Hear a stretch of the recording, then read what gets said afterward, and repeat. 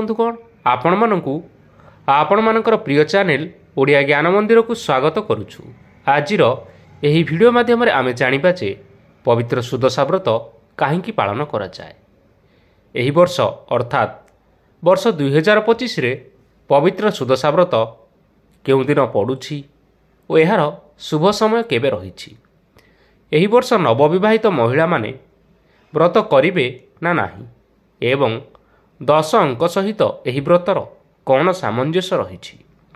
एथिसहित विवाहित नारी मानक पई एही व्रतर महत्व एवं पौराणिक मत एहापरे वीडियोर शेष रही माँ लक्ष्मींकर 10टी नाम पूजा विधि एवं एही दिन कौन करिबा अनुचित कौन करिबा शुभ और एथिसहित शुभ अशुभ राशिफल विषय रे संपूर्ण भाव में जानिबा।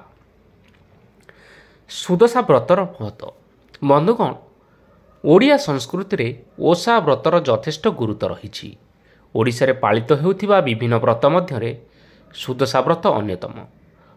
ऐश्वर्यर देवी माँ लक्ष्मींकर आराधनार पर्व हेउछि पवित्र सुदशा व्रत एवं एही पर्व निष्ठा और भक्तिमय परिवेश मध्यरे सारा राज्य रे पालन करा जाई थाए।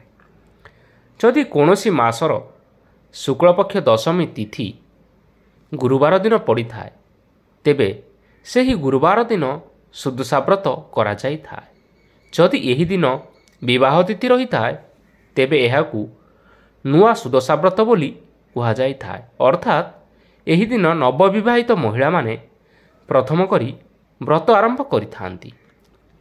घरर सुख समृद्धि और शांति बजाय रखिबा पाई गृहिणी माने एही व्रत को पालन करिथांती। एही वर्ष सुदशा व्रतर तिथि और शुभ समय बंधुगण एही वर्ष सुदशा व्रत जून 5 तारिख गुरुवार अर्थात ज्येष्ठ मास शुक्लपक्ष दशमी दिन पड़ुछि। एही दिन विवाहित महिला माने सुदशा व्रत पालन करिपारिबे। दशमी तिथि आरंभ हेउछि 4 जून 2025 बुधवार रात्रि 11:54 रु एवं दशमी तिथि समाप्त हेउछि 5 जून 2025 गुरुवार रात्रि 2:15। सुदशा व्रतर शुभ समय हेउछि सकाळ 5:07 रु आरंभ होई दिन 11:29 पर्यंत रहुछि। एही समय आपण माने व्रतर पूजा विधि पालन करि पारिबे। नवविवाहित मानक पई एही पूजा पड़ुछि कि नहीं आसंतु जानिबा। एही व्रत 5 जून 2025 दिन पड़ुछि। एही दिन रहिछि शुक्लपक्ष दशमी एवं 12 गुरुवार। एही दिन विवाह तिथि मध्य पड़ुअछि। तेणु नवविवाहित महिला माने एही दिन व्रत आरंभ करि पारिबे। एबे आसंतु जानिबा पौराणिक कथा अनुसार सुदशा व्रतर महत्व कौन रही। पौराणिक मतरे एही व्रत प्रथमे विदर्भ देशर राजा नलंकर पाटराणी दमयंती आरंभ करथिले। सेही दिन ठारू एही पर्व को समस्त विवाहित नारी माने आज पर्यंत पालन करि आसुछन्ति। दिने दीक्षा ब्राह्मणी नदी जल आनिबा समय रे निजर व्रतटी को हराई देइथिले। व्रत हराई विकल भावे क्रंदन करुथिबा बेले नलराजा तांकर दुख दूर करिबा पई सत्य प्रतिज्ञा करी निज राणी दमयंती पाखरु व्रत आनी ब्राह्मणी को देइथिले। जेहेतु व्रतटी माँ लक्ष्मींकर प्रतीक तेणु व्रतदान कलापरे मनुष्य लक्ष्मी छड़ा होई जाए। व्रतदान करिबा परे तांकर सकल संपद सुख एवं ऐश्वर्य अपहृत होई राजा और राणी लक्ष्मी छड़ा होई श्रीहीन होई जाइथिले। बहुत दुख दुर्दशा भोग कला परे राणी पुणी थरे यथाविधि अनुसार सुदशा व्रत पालन करिबा परे सेमानकर समस्त अपहृत सुख एवं सौभाग्य फेरी पाइथिले। तेणु माता लक्ष्मी को समर्पण करी महिला माने एही व्रत को धारण करिथांती। सुदशा शब्दर अर्थ और 10 अंकर महत्व। सुदशा शब्दर अर्थ हेउछि सु अर्थ शुभ बा सकारात्मक एवं दशा दशा हेउछि 10 अंकर महत्व। यार अन्य अर्थ हेउछि मनुष्यर दुर्दशा को सुदशा रे परिणत करुथिबार व्रत सुदशा व्रत। तेणु सुदशा व्रतर पूजारे ସୁଦଶା ବ୍ରତକୁ ମୁଖ୍ୟ ମାନିବାର ଏକ ମୁଖ୍ୟ ବିଶେଷ ହେଉଛି 10 ଅଙ୍କ। ତେଣୁ ସୁଦଶା ବ୍ରତରେ 10 ପାଖୁଡ଼ା ପଦ୍ମ, 10 ବର୍ଣ୍ଣ ମୁରୁଜ, 10 ମୁଖୀ ଦୀପ, 10 ମୁଠି ଚାଉଳ, 10 ଗୋଟି କଦଳୀ, 10 ଗୋଟି ମଣ୍ଡା ସହିତ ମା ଲକ୍ଷ୍ମୀଙ୍କର 10 ନାମ ଉଚ୍ଚାରଣ କରି ମହିଳାମାନେ ଏହି ଦିନ ଧଳା ସୂତା ବା 10 ଖିଅ ଥିବା ଧଳା ସୂତାରେ 10ଟି ଗଣ୍ଠି ଦେଇ ବ୍ରତ ପୂଜା କରିଥାନ୍ତି। ଆପଣ ଯେତେବେଳେ ବ୍ରତ ତିଆରି କରୁଛନ୍ତି ସେତେବେଳେ ଆପଣ 10ଟି ସୂତାକୁ ଏକାଠି କରି ସେଥିରେ 10ଟି ଗଣ୍ଠି ପକାଇ ବ୍ରତ କରି ସେହି ବ୍ରତକୁ ଆପଣମାନେ ମା ଲକ୍ଷ୍ମୀଙ୍କ ପାଖରେ ପୂଜା କରି ଧାରଣ କରିପାରିବେ। ମା ଲକ୍ଷ୍ମୀଙ୍କର ଯେଉଁ 10ଟି ନାମ ରହିଛି ସେହି 10ଟି ନାମକୁ ଆପଣମାନେ ଗୋଟିଏ ଗୋଟିଏ ଗଣ୍ଠି ପକାଇବା ସମୟରେ ଉଚ୍ଚାରଣ କରିବା ଉଚିତ। ଯଦି ପ୍ରଥମ ଗଣ୍ଠିଟି ଆପଣ ପକାଉଛନ୍ତି ବ୍ରତରେ, ସେହି ଗଣ୍ଠି ପକାଇବା ସମୟରେ ମା ଲକ୍ଷ୍ମୀଙ୍କର ପ୍ରଥମ ନାମ ଉଚ୍ଚାରଣ କରନ୍ତୁ, ଧ୍ୟାନ କରନ୍ତୁ। ତାପରେ ଦ୍ୱିତୀୟ ଗଣ୍ଠି ପକାନ୍ତୁ।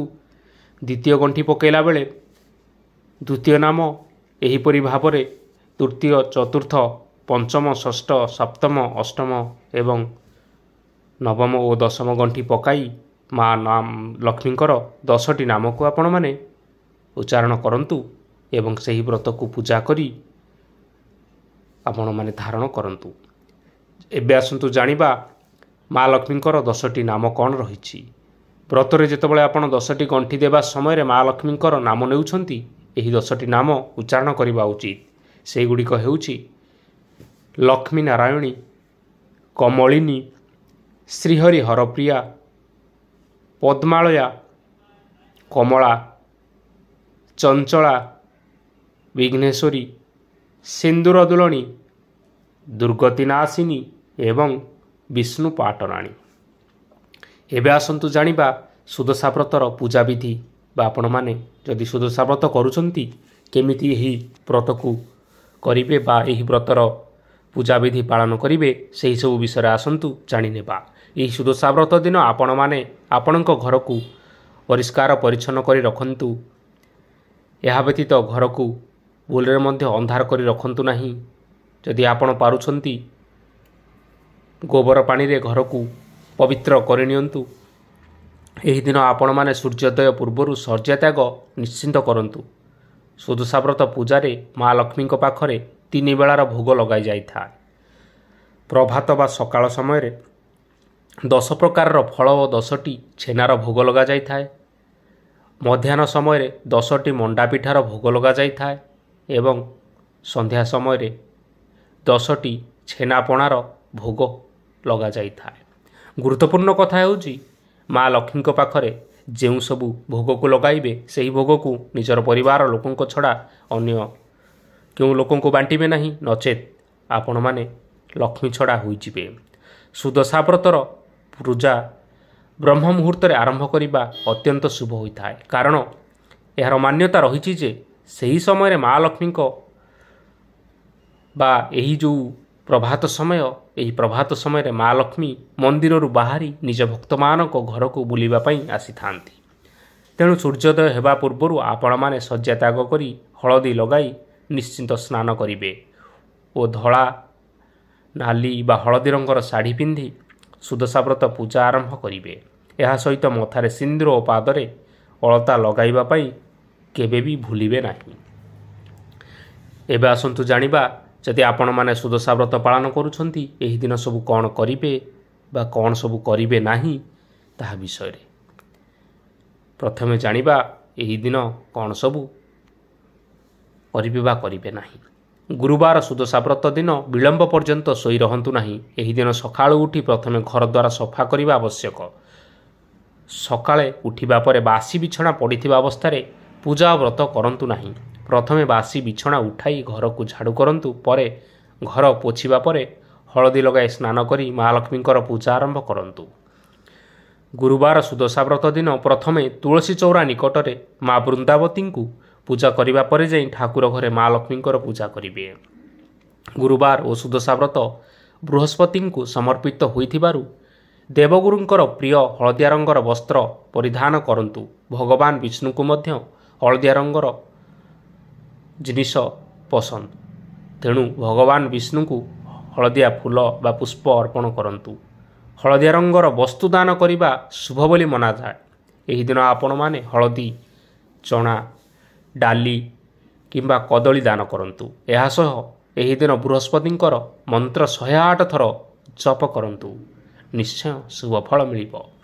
ସୁଦଶା ବ୍ରତ ହେଉଛି ମା ଲକ୍ଷ୍ମୀଙ୍କର ଅତି ପ୍ରିୟ ଦିନ। ତେଣୁ ଏହି ଦିନ ଏକ ଲାଲ ରଙ୍ଗର କପଡ଼ା ଉପରେ କିଛି ଶ୍ଵେତ ଧାନ ବିଛାଇ ଲକ୍ଷ୍ମୀଙ୍କ ପ୍ରତିମା ନିକଟରେ ପୂଜା କରନ୍ତୁ। ଏଥିସହିତ 10 ପ୍ରକାରର ପୁଷ୍ପ ମଧ୍ୟ ମାଙ୍କ ଉପରେ ଅର୍ପଣ କରନ୍ତୁ। ଏହି ଦିନ ଭୁଲରେ ବି ଘରେ ଆମିଷ ରାନ୍ଧନ୍ତୁ ନାହିଁ କିମ୍ବା ଆମିଷ ସେବନ କରନ୍ତୁ ନାହିଁ। ବ୍ରତ କରୁଥିବା ନାରୀମାନେ ଉଷୁନା ଖାଦ୍ୟ ଏହି ଦିନ ସେବନ କରନ୍ତୁ ନାହିଁ। ଦଶମୀ ତିଥି ବୁଧବାର ଦିନରୁ ଆରମ୍ଭ ହେଉଥିବାରୁ ଆପଣମାନେ ବୁଧବାର ଦିନ ମଧ୍ୟ ଆମିଷ ଭକ୍ଷଣ କରନ୍ତୁ ନାହିଁ। ଦିନ 12ଟା ପରେ କାହାକୁ ଭିକ୍ଷା ଦିଅନ୍ତୁ ନାହିଁ ଏବଂ କାହାକୁ ଟଙ୍କା ଧାର ଦିଅନ୍ତୁ ନାହିଁ। ଏପରି କଲେ ଘରୁ ମା ଲକ୍ଷ୍ମୀ ଚାଲିଯାଇଥାନ୍ତି, ଅର୍ଥାତ୍ ଲକ୍ଷ୍ମୀ ଛଡ଼ା ଆପଣ ହୋଇଯାଇଥାନ୍ତି, ଏମିତି କୁହାଯାଏ। ଏହି ଦିନ ସନ୍ଧ୍ୟା ସମୟରେ ମୁଣ୍ଡ କୁଣ୍ଡାଇବା ଓ ଶୋଇବା ନିଷେଧ ଏବଂ ଗୃହରେ ମଧ୍ୟ କଳି ଝଗଡ଼ା କରିବା ନିଷେଧ। ସନ୍ଧ୍ୟା ସମୟରେ ଧୂପ ଜଳାଇ ଘର ସାରା ବୁଲାନ୍ତୁ। ଏହାଦ୍ୱାରା ଆଖପାଖରେ ଥିବା ବାତାବରଣ ଶୁଦ୍ଧ ହେବ ଓ ନକାରାତ୍ମକ ଶକ୍ତି ଘରୁ ଦୂରେଇଯିବ। ଏହି ସୁଦଶା ବ୍ରତ ଯେହେତୁ ଶୁଭ ଦିନରେ ପଡ଼ୁଛି ବା ବିବାହ ତିଥି ରହିଛି, ତେଣୁ ନବବିବାହିତ ମହିଳାମାନେ ଏହି ଦିନ ବ୍ରତ ଆରମ୍ଭ କରିପାରିବେ। ଏଥିସହିତ ଏହି ସୁଦଶା ବ୍ରତ ପରଠାରୁ ଗ୍ରହ ଓ ନକ୍ଷତ୍ରମାନଙ୍କର ଗତିବିଧିରେ କିଛି ପରିବର୍ତ୍ତନ ହେବା ପାଇଁ ଯାଉଛି। ଏବେ ଆସନ୍ତୁ ଜାଣିବା କେଉଁ ରାଶିର ବ୍ୟକ୍ତିମାନଙ୍କ ପାଇଁ ଏହି ସୁଦଶା ବ୍ରତ ଶୁଭ ରହିବ। ବନ୍ଧୁଗଣ, ଗ୍ରହମାନଙ୍କର ଗତିବିଧିରେ ପରିବର୍ତ୍ତନ କାରଣରୁ ସମସ୍ତ ବ୍ୟକ୍ତିଙ୍କର ଜୀବନ ପ୍ରଭାବିତ ହୋଇଥାଏ। ଯଦି କୌଣସି ବ୍ୟକ୍ତିର ରାଶିରେ ଗ୍ରହମାନଙ୍କର ସ୍ଥିତି ଠିକ୍ ଥାଏ, ତେବେ ତାହାର ଜୀବନ ଉପରେ ସକାରାତ୍ମକ ପ୍ରଭାବ ପଡ଼ିଥାଏ। କିନ୍ତୁ ଯଦି ଗ୍ରହମାନଙ୍କର ସ୍ଥିତି ଠିକ୍ ନଥାଏ, ତେବେ ବ୍ୟକ୍ତିଙ୍କୁ ବହୁତ ସମସ୍ୟାର ସାମ୍ନା କରିବା ପାଇଁ ପଡ଼ିଥାଏ। ସେଥିପାଇଁ ବ୍ୟକ୍ତିମାନଙ୍କର ଜୀବନରେ ରାଶି ଓ ନକ୍ଷତ୍ରର ବହୁତ ମହତ୍ତ୍ୱ ରହିଅଛି। ଜ୍ୟୋତିଷଶାସ୍ତ୍ର ଅନୁସାରେ ବା ଜ୍ୟୋତିଷଶାସ୍ତ୍ରର ଗଣନା ଅନୁସାରେ ଆଜିଠାରୁ ଅର୍ଥାତ୍ ଏହି ସୁଦଶା ବ୍ରତ ପରଠାରୁ ଏହି 8ଟି ରାଶିମାନଙ୍କ ଉପରେ ମା ଲକ୍ଷ୍ମୀଙ୍କର ବିଶେଷ କୃପା ବର୍ଷିବାର ଅଛି, ଯାହାଦ୍ୱାରା ଏହି 8ଟି ରାଶି ବିଶିଷ୍ଟ ବ୍ୟକ୍ତିବିଶେଷମାନଙ୍କର ଭାଗ୍ୟ ଖୋଲିଯିବ ଏବଂ ଏମାନଙ୍କୁ ପ୍ରଚୁର ଧନ ଉପାର୍ଜନ କରିବାର ଉତ୍ତମ ସୁଯୋଗ ପ୍ରାପ୍ତ ହେବ।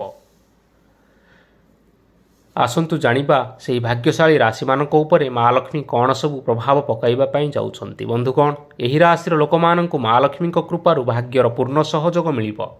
କମ୍ପାନୀ ତରଫରୁ ବିଦେଶ ଯାତ୍ରା କରିବାର ଯୋଗ ରହିଅଛି ଏବଂ ଏହାଦ୍ୱାରା ଆପଣ ବିଶେଷ ଲାଭବାନ ହେବେ। ନିଜର ବୁଦ୍ଧିମତା କାରଣରୁ ଆପଣ ପ୍ରଚୁର ଧନ ଉପାର୍ଜନ କରିବେ। ଶିଳ୍ପ, ବାଣିଜ୍ୟ, ବ୍ୟବସାୟ, ପରିବହନ, ନିର୍ମାଣ କ୍ଷେତ୍ରରେ ଉନ୍ନତମାନର ଫଳ ପାଇବେ। ଏହି ରାଶିର ଲୋକମାନଙ୍କୁ ମା ଲକ୍ଷ୍ମୀଙ୍କ କୃପାରୁ ଉନ୍ନତି ମିଳିବ ଏବଂ ବ୍ୟବସାୟ କ୍ଷେତ୍ରରେ ସନ୍ତୁଷ୍ଟ ରହିବେ। ଅଫିସର ଓ ସହକର୍ମୀମାନେ ଆପଣଙ୍କ କାମରେ ପ୍ରଶଂସା କରିବେ। ପ୍ରିୟଜନମାନଙ୍କ ସହ ସମ୍ବନ୍ଧ ଓ ସମ୍ପର୍କ ସୁଦୃଢ଼ ରହିବ। ଅଧିକ ପରିଶ୍ରମ କରିବା ଦ୍ୱାରା ଆପଣ ପ୍ରଚୁର ଅର୍ଥ ଲାଭ କରିପାରିବେ। ବହୁତ ଦିନରୁ ଲାଗି ରହିଥିବା ଚିନ୍ତା ଓ ବିବାଦରୁ ଆପଣମାନଙ୍କୁ ମୁକ୍ତି ମିଳିବ। ଏହି ରାଶିର ଲୋକମାନଙ୍କୁ ମା ଲକ୍ଷ୍ମୀଙ୍କ କୃପାରୁ ସଫଳତା ପ୍ରାପ୍ତି ହେବ। ସାମାଜିକ ପ୍ରତିଷ୍ଠା ଓ ମାନ ସମ୍ମାନରେ ବୃଦ୍ଧି ହେବ। ପ୍ରେମୀ ଓ ପ୍ରେମିକାମାନେ ପ୍ରେମ କ୍ଷେତ୍ରରେ ସଫଳ ରହିବେ। ଶିକ୍ଷା କ୍ଷେତ୍ରରେ ଆପଣ ଉନ୍ନତି କରିବେ। ପରିବାରରେ ମାଙ୍ଗଳିକ କାର୍ଯ୍ୟ ଓ ଧାର୍ମିକ କାର୍ଯ୍ୟର ଆୟୋଜନ କରିପାରନ୍ତି। ଯାତ୍ରା କରିବା ସମୟରେ କୌଣସି ଶୁଭ ସମାଚାର ଶୁଣିବା ପାଇଁ ମିଳିପାରେ। ଘରେ ନୂତନ ବସ୍ତୁ ବା ନୂତନ ଜିନିଷପତ୍ର ଆପଣ କ୍ରୟ କରିପାରନ୍ତି। ଯାନବାହନ କ୍ରୟ କରିବାର ସମ୍ପୂର୍ଣ୍ଣ ସୁଯୋଗ ଲାଭ କରିପାରିବେ। ଏବେ ଆସନ୍ତୁ ଜାଣିବା ସେହିସବୁ ଭାଗ୍ୟଶାଳୀ ରାଶିମାନଙ୍କର ନାମ। ପ୍ରଥମ ରାଶି ହେଉଛି ମେଷ ରାଶି, ଦ୍ୱିତୀୟ ରାଶି ହେଉଛି ବୃଷ ରାଶି, ତୃତୀୟ ରାଶି ହେଉଛି କର୍କଟ ରାଶି, ଚତୁର୍ଥ ରାଶି ହେଉଛି କନ୍ୟା ରାଶି, ପଞ୍ଚମ ରାଶି ହେଉଛି ବିଛା ରାଶି, ଷଷ୍ଠ ରାଶି ହେଉଛି ଧନୁ ରାଶି, ସପ୍ତମ ରାଶି ହେଉଛି କୁମ୍ଭ ରାଶି ଏବଂ ଅଷ୍ଟମ ବା ଅନ୍ତିମ ରାଶିଟି ହେଉଛି ମୀନ ରାଶି। ତେଣୁ ଘରର ମହିଳାମାନେ ଘରର ସୁଖ, ସମୃଦ୍ଧି ଏବଂ ଶାନ୍ତି ବଜାୟ ରଖିବା ପାଇଁ ଏହି ବ୍ରତକୁ ନିଷ୍ଠାର ସହିତ କରିବା ଆବଶ୍ୟକ। ଏହି ବ୍ରତ ସମୟରେ କ'ଣ ସବୁ ନ କରିବା ଉଚିତ ଆସନ୍ତୁ ଜାଣିବା। ଉଷୁନା ଚାଉଳର ଭାତ ଖାଇବା ନିଷେଧ, ପିଆଜ ରସୁଣ ଖାଇବା ନିଷେଧ, ମସୁର ଡାଲି ଖାଇବା ନିଷେଧ, ଆମିଷ ଭୋଜନ କରିବା ନିଷେଧ, କଳା ରଙ୍ଗର ବସ୍ତ୍ର ବା ଲୁଗା ପିନ୍ଧିବା ନିଷେଧ। ତେବେ ବନ୍ଧୁଗଣ, ଏହା ଥିଲା ପବିତ୍ର ସୁଦଶା ବ୍ରତ କିପରି କରିବେ ଏହାର ଶୁଭ ସମୟ ଏବଂ ସମ୍ପୂର୍ଣ୍ଣ ବିବରଣୀ ବିଷୟରେ। ତେବେ ଆଶା କରୁଛୁ ଆପଣମାନଙ୍କୁ ଏହି ଭିଡ଼ିଓଟି ନିଶ୍ଚୟ ପସନ୍ଦ ଆସିଥିବ। ପସନ୍ଦ ଆସିଥିଲେ ଏହି ଭିଡ଼ିଓକୁ ଲାଇକ୍ କରିବା ସହିତ ଆପଣଙ୍କର ପ୍ରିୟଜନମାନଙ୍କ ସହିତ ସେୟାର କରିନିଅନ୍ତୁ। ଧନ୍ୟବାଦ।